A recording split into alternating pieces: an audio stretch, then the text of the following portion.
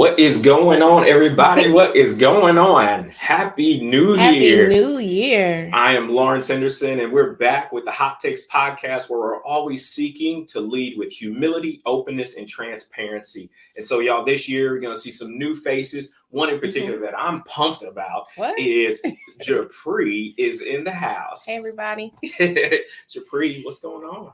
I'm doing great this morning. This morning? Yes. All in the new year. Y'all, I am so excited. I told some of y'all on the live the other day that I have my first other W-2 employee. This is my chief instructional designer. Yes. So any of you, any conferences or anybody else out there, my slides look good because of her, and all the knowledge that's coming out of my head is because she made me put it out there in the slide the way that it is, so you can all be impacted by it. That's sweet. That's sweet. Yeah. No, she makes me better officially. Y'all, I'm excited. Gepre, what is going on this year, and what in the world are you doing on the Hot Takes podcast? This is new for me, y'all, because I have transitioned into a new season where I am working alongside of the boss, Lawrence Henderson, and it's actually been a great experience so far. I love designing and I love bossing him around. So, it works. It works for us. But this month, and as well as in February, we are going to be talking about the 7 habits of highly effective people, right? Because a lot of times we are trying to create new goals. We sit down every year and we create personal as well as career and family goals. And a lot of times we realize that we run into roadblocks or issues trying to accomplish those goals because why? We don't have good habits in place. And so we want to just kind of break down those habits over the next 2 months and just have a discussion about how we can be more productive and looking at the outcome of how we can reach those goals. Yeah, and it's amazing every year. Again, I don't know if you're a resolution person or you're a person who reflects on your goals from the previous years, but one thing personal for me is I set them. But when I go back to grade myself and really check in on how I actually did, it was because of me having bad habits in certain areas that caused me not to reach the full potential of the goal because something got in the way. That something more than likely was me. And so starting off the year right with these 7 habits of highly effective people, this is a tried and true 40 million books sold type of leadership lesson. In this book, what I love about the 7 habits is it's all about leading from the inside out. This one thing we always love to talk about with our coaching clients is you can't lead others until you lead yourself. And so starting the year right, building up these habits, we're going to dig in to habit number 1. So you're going to see us for our first 7 episodes. We're going to get into all 7 habits, but today is all about being proactive. Right. And I wanted to stop because we hear the word habits and I'm like, what exactly is that? And so as I was, reading this part of the book, it was a refresher for me because when you think about a habit, the author defines it. Shout out to the author. What's his name? Stephen Covey. Yes. He defines habits as an intersection between knowledge, your desire, and skill. And so knowledge is what we know, what we want to do. Skill is how are we going to do it? And then desire is the want. So these habits have to include our skills, what we know, and then, really our desire and how we're going to get it done. So creating that plan around those effective habits that we're going to talk about is going to be key. Yeah, and that's huge because that sounds like one of our words of the year is making sure we're in alignment. Yeah. And so having these 3 things are kind of a formula to make sure that you got the right habits in place. And again, habits can go both ways, good and bad. I know some of us coming out the holiday season, no judgment, but you got cakes, cookies, pies, and all the rest of that stuff that you're trying to work off, myself included. Right. But making sure that they're congruent and you're in alignment so that you can stay on task, stay on target throughout your journey. And so when you think about just being proactive when it comes to personal goals, what's something that, Gepre, that you make sure that you are focused on when you're getting after a personal goal? A personal goal, something that I am focused on. Really staying true to myself. Yeah. Not getting caught in the comparison trap, because many of us do that. Trying to outdo or top what we see other people doing as they walk in their purpose. Mm-hmm. We have to kind of go back and think. I have to think, am I operating from a place where I have misguided my priorities or misplaced them? Mm-hmm. Because a lot of times in those cases, we lose focus, and then we start to shift and react to things that we really shouldn't be giving our attention to. Mm-hmm. So it's like, okay, let me see what I am aligning myself to, walking in that alignment. Where can I start in order to build, or where do I need to realign in order to get back to rebuilding? Yeah, and I like particularly what you were saying, how you were describing that, because for me, it really looks like that reactive nature of going after something. It's almost like you gave something else control. Mm-hmm. And now every action that you take after that is as a result of that thing that you're responding to. Mm-hmm. And being proactive, it goes back to that thing. I don't know, some of y'all like that, I can control what I can control, Mm-hmm. right? Outside things, you can't control that. But the things I can control, I'm going to be proactive about. And again, one of the biggest things for me, and continues to be a big thing for me, is making sure that if I say I want to transform my ability to have more stamina, to take on more clients, to do more work, I have to be physically healthy so that I can then I just don't drain my battery after a training session or a coaching session. And so for me personally, this year, y'all hold me accountable, and making sure that I get my physical stamina up so that I can be well spiritually, mentally, and emotionally as a personal goal for myself. And why is this important in business, though? Because, do we want to fail or do we want to succeed? Priorities can lead you up the ladder of success. Prioritizing your task or not prioritizing your task can keep you stagnant. Or if there's nothing in place, then, it's a fail. And we want to be successful. We want to grow. So setting priorities that are realistic, that are in smaller, manageable steps could possibly help you reach that goal. And so we're here right now. We have talked about doing a podcast for the longest. And so we are being proactive by making it a priority, and looking at how we can prioritize not only our business as we work together, but our relationship. What else? Our individual goals. Having him as an accountability partner is a priority for me, because I can become extremely comfortable in the fact that my husband is my boss, but he really can't tell me what to do. Would you ever fire me? Yes. I would. And y'all know I would. Now, it goes to something you said about priorities, right? Because if we talk about why is it important to business, it ain't personal. Yeah. When it comes to us taking care of us, if you say you want to have personal goals and family goals, we have financial goals as well. Yeah. And so if you're not about your business and prioritizing or putting the right things in place so that we can actually do business well, then that hurts us all, and as a business, as a family, and personal relationships. Because one of the things that I work with clients on a lot is when I go into do teamwork and there's misalignment. Somebody else is doing their own thing because somebody else is doing their own thing. What that tells me is they didn't prioritize managing the expectations at the beginning of a year, and then prioritizing checking in, making sure that people were staying focused on what the main things were when it comes to doing the work. And we want to talk about put first things first. That's a habit 3. We're gonna get there.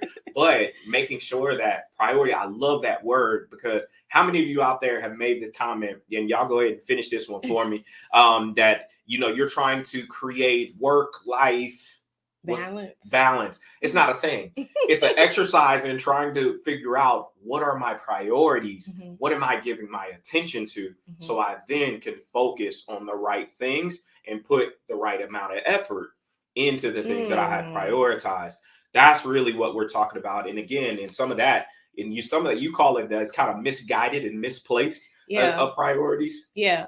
And I like what you just said, because a lot of times, we talk about planting and reaping, but let's be honest, there are some times that I've planted a lot and my harvest was little. There are many of us who are out here hungry. We're going to get it. But guess what? We're still hungry. We're not satisfied. And then other times we're out here drinking the Kool-Aid, scrolling on social media, just soaking it all up. But again, we're still out here thirsty. And so I have a question for you, Lawrence. Yeah.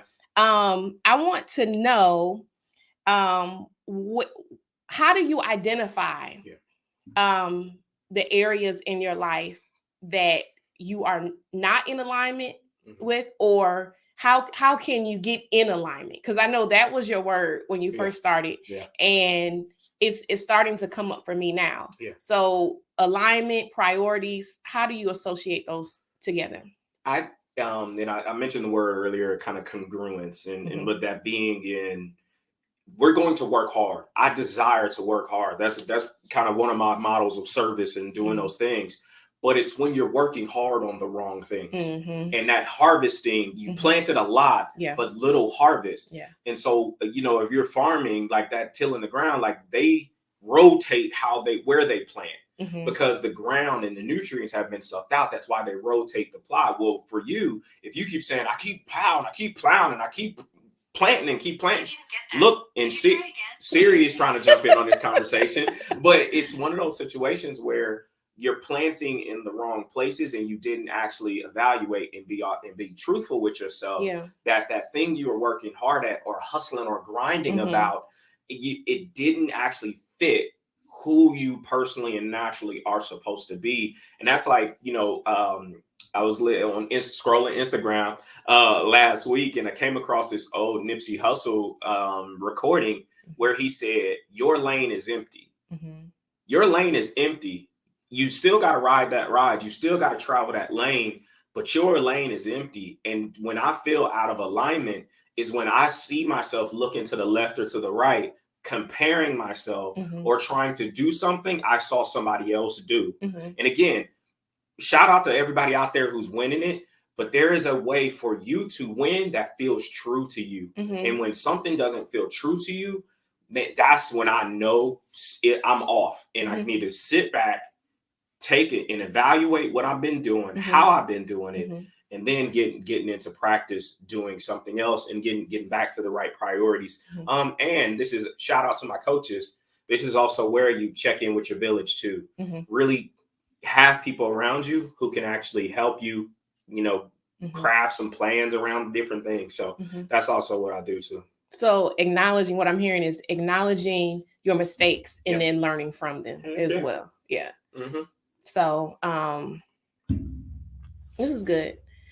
I'm glad that I have prioritized this time with you.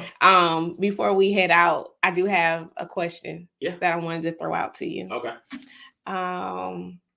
So what lessons can be learned from you looking back on your past productivity in 2022 versus the times you found yourself procrastinating or misplacing your priorities? So being honest about 2022 was rough. Early in the year, again, some of you are close to us know my father passed, and that I didn't realize how much that it impacted all the things that I had wrote down at the beginning of the year, all the things that I wanted to do, mentally and emotionally and physically. I was drained, and acknowledging that along the way, I had to give myself some grace. And the biggest lesson from, 2022 was prioritizing me. which I didn't do immediately following his passing, and I felt it. And I hope my clients didn't feel it, but I felt it. And so the lesson for me is prioritizing, not just, and you hear self-care a lot, and it may sound selfish, but it's only selfish if you try to pour out of an empty cup and try to engage clients because you're not showing up as your best self. And so for me, it was really checking in constantly with me, and then that grace throughout the year, and making sure that you're not trying to gut through it. That was the Army way, is trying to push through it, but really prioritizing my health so that I could not only show up well for my business clients, but also show up for my family, and let them know when I was not doing well. And it wasn't hard. I mean, it was hard for you to do that, because I remember those times where I was like, Lawrence, you need to take a break. Like, you're your own boss, but why are you working 8 days a week? Like, it just did not make sense. And so a part of that self-care, you want to tell them about your Christmas gift? Yes. Yeah. Hey, so I've been avoiding posting pictures of my Christmas gift because somebody wanted to test it out too. So shout out to the homies on the hiking group. But I have a personal sauna now that is going to help me with prioritizing my health. And I tell you, that was the best Amazon investment ever. And shout out to the prompting and the texting that I sent to Gepre, because getting me that personal sauna, that was something that's near and dear to me. Is just wanting to be healthy and wanting to stay mobile. And that was a huge one for me. As you can see, I get a huge smile on my face for that one. He's in that portable sauna like every day, every morning. After you work out. After I work out. So I'm proud of you. Yeah. So you answered the question. What lessons? So I would have to say, for me, putting myself first. Many of you know that my background is in education. And a lot of times as educators, we tend to everyone else's needs, and we put ourselves on the back burner. And so same thing, I kept feeling a tug of, it's time to step away. It's time to move more towards entrepreneurship. And so that was huge for me, because it was something I wanted to do, but I wasn't prioritizing my desire because it felt like it wasn't the right thing to do. But when I did, it felt really good. It was like a weight off of my shoulders, because I had been just going back and forth how my role would impact what you're doing, what we're trying to do as a family. And so really putting my needs first and my family first helped me make that decision. So that was a huge priority, versus misplacing that priority, because when I kept going back and was it backpedaling? I felt so much turmoil, and there was no peace. So as soon as I made that decision, I knew it was the right one, because I felt like I could move forward in a peaceful manner, and it felt right. It's just simple. It felt right. It felt right. And it aligned with what I had been striving towards within like my own personal and devotional time. So yeah. And I like that point there, particularly when you find that peace. And I don't want people to mistake that for ease, which a lot of people like they just want peace. Everything. Yes, when you're in alignment, when you're doing your work, you feel at peace, and there's a fulfillment that comes from you doing your stuff, and it just feels good to work hard and like just with a smile on your face. Like after I get finished with a coaching client or a group training, like I'm ready to keep rolling. Like, and that's how like adding more of that to your life in the new year is huge. So amazing point. So ready for the next question? Let's get to this next question. Question 2. So Lawrence, where can you improve and commit to making a turning point in 2023? Whether it's today, this month, this year, based on, everything that we just talked about, being proactive, setting those priorities. Where do you see a turning point once you do that for this year? I see a turning point in my business growth. So last year, as Gepre pointed to, I got really, really bogged down with the doing of the work. And again, nothing wrong with that. But as a business owner, I didn't do as much business development as I should have to prepare for more people coming on to the boss team. And so one of the things that I'm committed to today, this month, for the rest of the year, is doing more business development in the form of more speaking, and super excited about potentially more speaking engagements just landing just this weekend. And so applying to conferences. So I didn't wait for, this week to kick off, applied to some other conferences. And another one that I'm going to commit to is reaching more out to partners who are aligned with the world that I do. So shout out to any coaches, business owners out there, always looking for possible ways to collaborate in meaningful ways in our world of organizational leadership, professional development coaching, executive coaching, and different things like that. So that's definitely something I'm already digging into and improving on.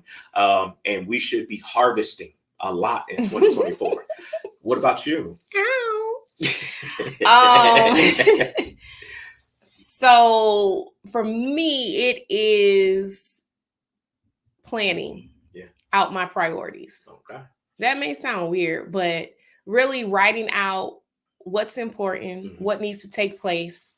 And I do better with looking at a month out and then breaking down the weeks.